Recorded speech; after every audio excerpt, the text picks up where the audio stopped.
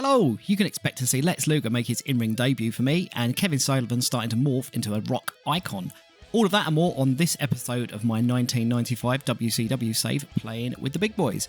I am Dave Mack, and first let me say thank you for watching. We are into our next episode of Nitro, which is our second one. We're going to go diving straight in there. So if we go to the boring bits here, we are in the Humphrey Coliseum. We've got 9,299 people watching. We've got a few pre-show matches here going on. So we've got Mongo, who I've not really got any plans for, so I'm just kind of sticking him around to do a few bits and bobs.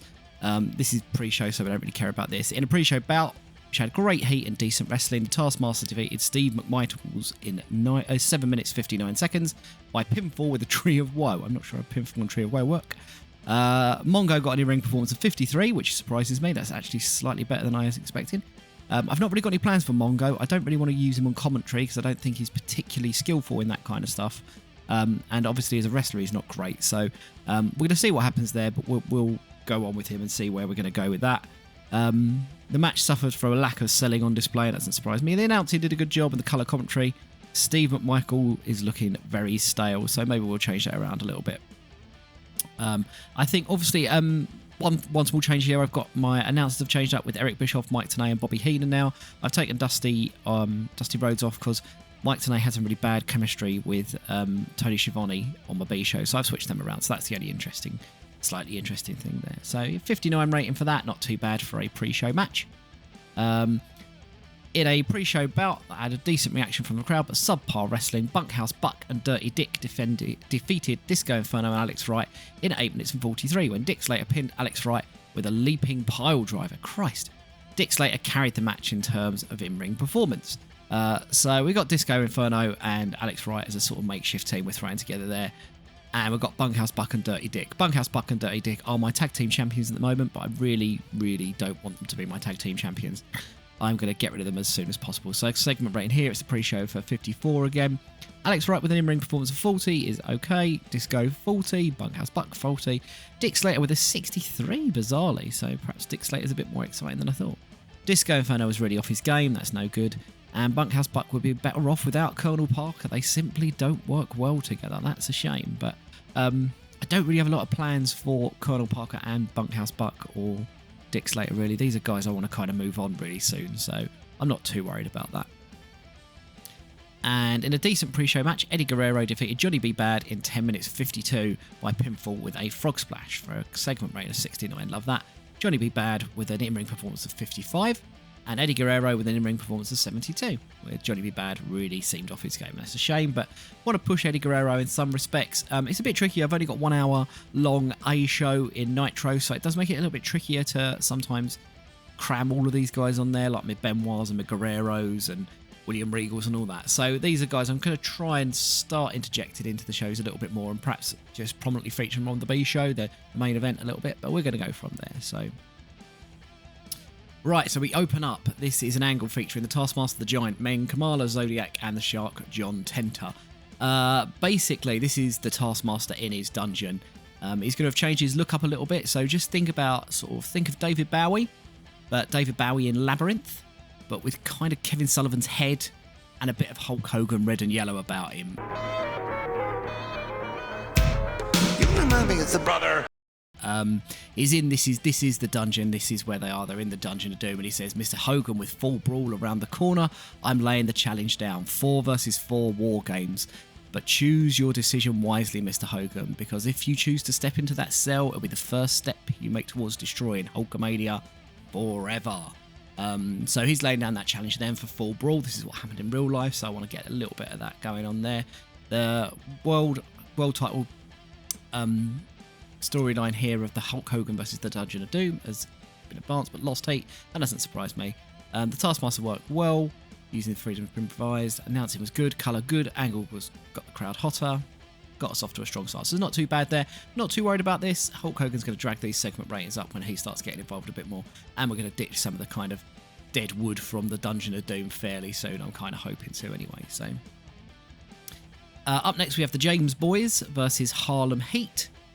In about that had a decent reaction from the crowd, but subpar wrestling. Harlem Heat defeated the James Boys in 7:01 when Booker T pinned Steve Armstrong with a missile dropkick for a segment rating of 45. Oh, that's pretty weak. Scott Armstrong had an in-ring performance of 42. Stevie Armstrong had an in-ring performance of 44. Stevie Ray with an in-ring performance of 53. And Booker T with an in-ring performance of 59. Booker T and Stevie Ray got a tag team specialist bonus. That's good news. We're happy with that. The colour commentary and the announcing was good. Sensuous Sherry did some good work at ringside.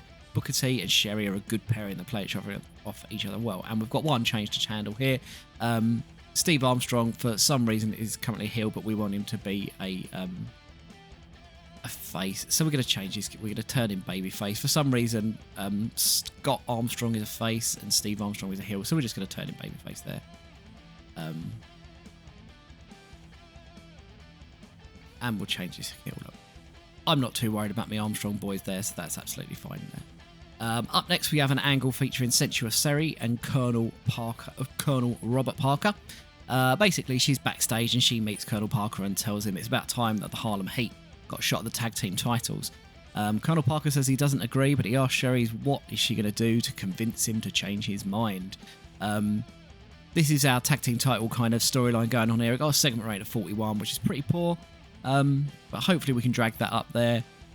Yeah, it's a bit hard. I've not got a lot for Bunkhouse Buck and Dick Slater. I'm not a big, huge fan of theirs, so I'm not really sure where we're going to go other than taking the belts off them. So hopefully we can work something out to make that a little bit more interesting. Next, we have Ric Flair and Arn Anderson in the ring, and Rick says he's putting the whole of WCW on notice. The Horsemen ride as a 4, not as a 2, and applications are open to anyone who wants to be part of the 4 Horsemen. Arn Anderson then tells us they're going to have their eye on anyone and everyone out there in the WCW locker room, and he's going to look out for who has the makings of a future Horseman. And he said they've got their eyes set on one man at the moment, and that is destroying the Stinger. So that's it. We've got Flair and Anderson are looking to beef up the 4 Horsemen. They're after Sting, and they're going to be looking out for who they can have as their new members. So the US title storyline, the house that Flair built, has advanced with this segment. We've got a segment rating of 81, which is fantastic. That's really good. Arn Anderson improvised well throughout this segment. Of course he does, because he's a legend. Ric Flair benefited from a groundswell of public support, again, because he's a legend as well. The angle got the crowd hotter. Yeah, 2 absolute superstars there. I have no doubts they would absolutely kill this one. I still need to find myself a couple of new members for the 4 Horsemen. I'm going backwards and forwards on it. Can't quite decide who I want to throw in there or what we're going to throw in there, but it should be quite interesting. I want to try and go for something slightly different than what's happened in the past, really. So we'll see who I can kind of crowbar in there. I've got a few ideas what I might play around with, but I kind of like the idea of the Horsemen just sort of running roughshod over the whole of WCW, really, because they kill it. So then we have Chris Kanyon and Mr. JL, who are very much jobbers, against Arn Anderson and Ric Flair. In a decent match, Arn Anderson and Ric Flair defeated Chris Kanyon and Mr. JL, as if we're surprised, in 10 minutes and 36, when Ric Flair pinned Chris Kanyon with an inside cradle. In terms of in-ring work, Ric Flair was head and shoulders above everyone else, which I think we would expect to happen. That got a segment rating of 67. Mr. JL with a performance of 50, Chris Kanyon with 44, then Flair with an 89, and Arn Anderson with a 76, yeah. Ric Flair came out of the match looking good. Ric Flair, groundswell of support. This is all just working out. This is Flair all the time here, so we're absolutely loving this, no problems with that. So this was mainly because Ric Flair's a little bit he's not got very good momentum at the moment. I had him lose to Sting at the start in the opening episode of Nitro, and I don't think that worked so well. So I'm just trying to get Flair a few wins and just kind of build that momentum up, because we've got big plans for Rick, obviously, because he's Mr. WCW. So backstage, we see a confused Macho Man stumbling around, muttering to himself about damsels in distress.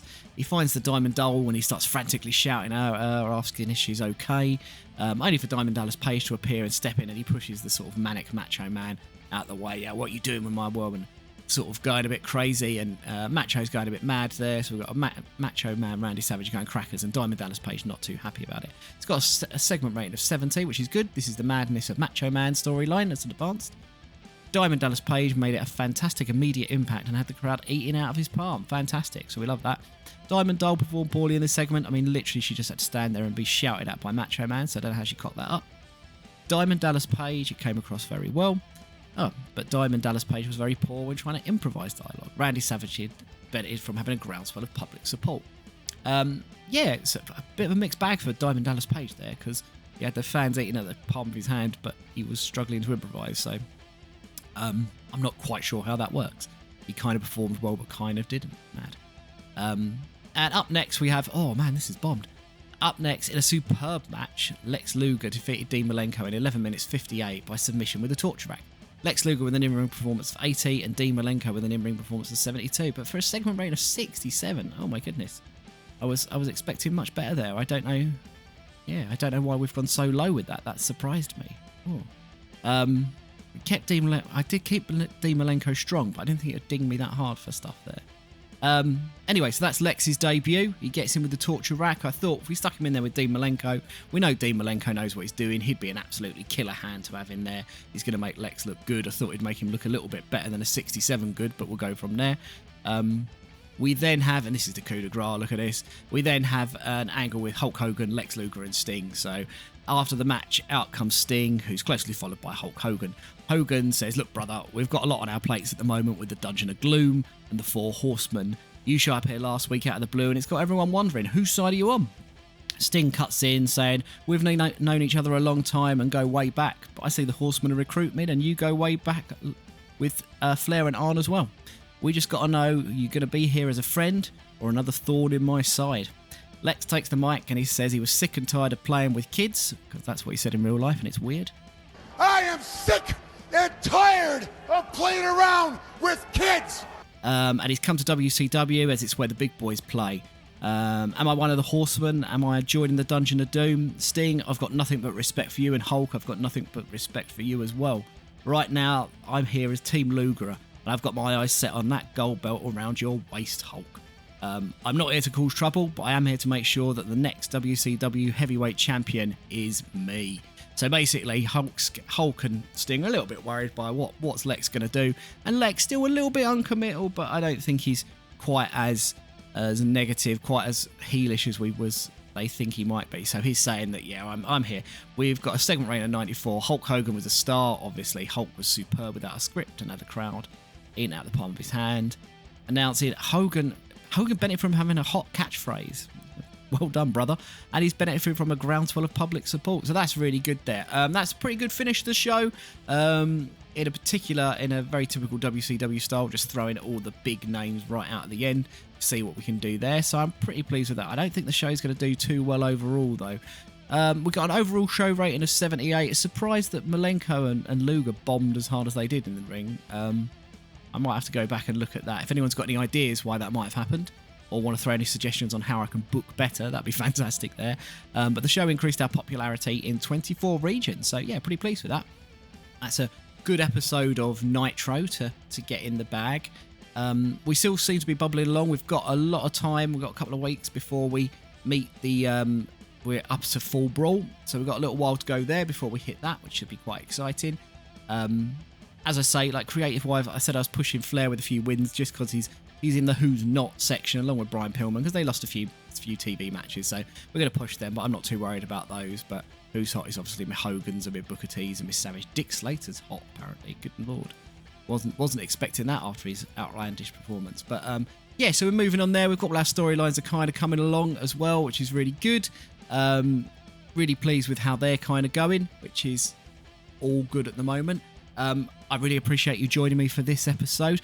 I do turn up doing live streams of the kind of nuts and bolts of booking things, of going through the actual booking of shows and going through all the boring kind of back end of it. So if you do want to join those, or they do get uploaded here on YouTube, if you want to watch those, they kind of give an idea of how I get to these points. And then I do these videos of the actual shows, which are a little bit shorter, a bit more condensed, and I think hopefully a little bit more interesting for you to watch. Other than that, it's been really enjoyable. Don't forget to like this video if you liked it. Any comments on why you think maybe Luger and Dean Malenko managed to bomb so hard, or if you've got any ideas on who I should be adding to the Four Horsemen, that'd be really fantastic as well, because that'd be a great help. I'm open to all suggestions there to make it a little bit more interesting and a bit different from real life, so please stick that down in the comments. Otherwise, I look forward to seeing you again, and see you soon. Bye.